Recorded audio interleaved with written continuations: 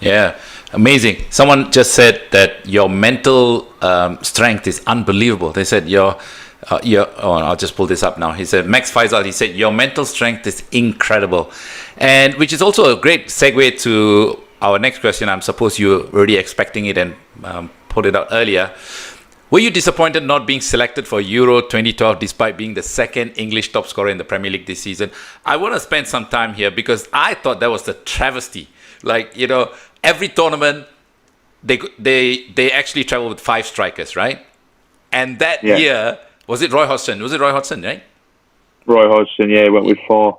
He went with 4. Like, he broke the trend and didn't take you to the European Championship.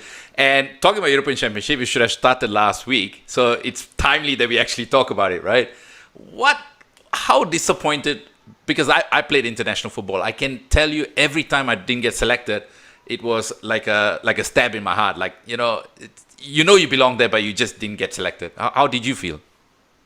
Yeah, it crushed. Of course you're going to be crushed. When I knew that it wasn't coming, I knew that. So there's a process. Obviously, they ring you up, they get your medical records and everything behind you, and this and that. So you're close. You're definitely in the reckoning because you're thinking, well, hang on a minute, I must be in the reckoning here. The biggest problem I had was Fabio Capello was in charge, and he was in charge, and he was umming what was going to happen. And they had a friendly game about 2-3 weeks after he left. So they had a friendly game about 2 or 3 weeks after, and Stuart Pearce actually took over the game. And because he was 21's manager at the time, he decided that he wouldn't call anyone up out of when everyone was asking for me, Danny Graham, people like that, just to get called up to have an opportunity to have a look at them. People like John Ruddy, who eventually went. People got to get called up to actually have a go, but he didn't do it. He kept with the same squad, and he called up a few of 21s and stuff like that.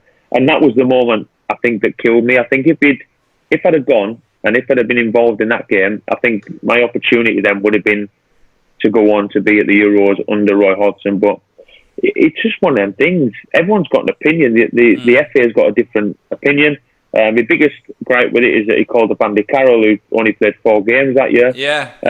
Or whatever, he scored 4 goals. But that's Roy's opinion. That's why he's a manager, and you live and die by your decisions. And that was his. And I'm not naive enough to be in football to think that it's always perfect and rosy, because it isn't. And as I said, everyone's got an opinion. There's players I don't believe are very good. Some people believe they're better than they are. And that's what football's all about. But as I said, I'd be lying to say I wasn't crushed and absolutely devastated, because it's the absolute pinnacle. The pinnacle to be capped by England, especially one of the nations of how historic it is in terms of football, to actually achieve that goal of getting that shirt on your back and be there in national anthem and stuff. But like I said to people, I achieved much more than I should have with my ability. But what I achieved with my ability, you've got to look at that. And I always look at the positive. I achieved nearly everything and nearly the impossible. But it wasn't meant to be. But how do you look back and you think, if I had turned around the non-league and said, "Oh, I just missed out on England when I was 32," do you know what I mean? You'd have been like, "Nah." Well, so I think if I'd have been earlier, I think also it was the age thing. They were a little bit like, what's the point in taking a 31-year-old to the Euros when he's not next year? We might as well blood in the younger ones. They're going in a new direction. Roy has to do something. And to be honest with you, the Euros were horrific anyway, so I wouldn't have wanted to be there, because we were absolutely god-awful, to be honest with you. There's a positive at the end of it. I know. I just don't want to remind you of bad memories of that incident. But who were the 4 strikers that he actually picked in the end? Andy Carroll was one.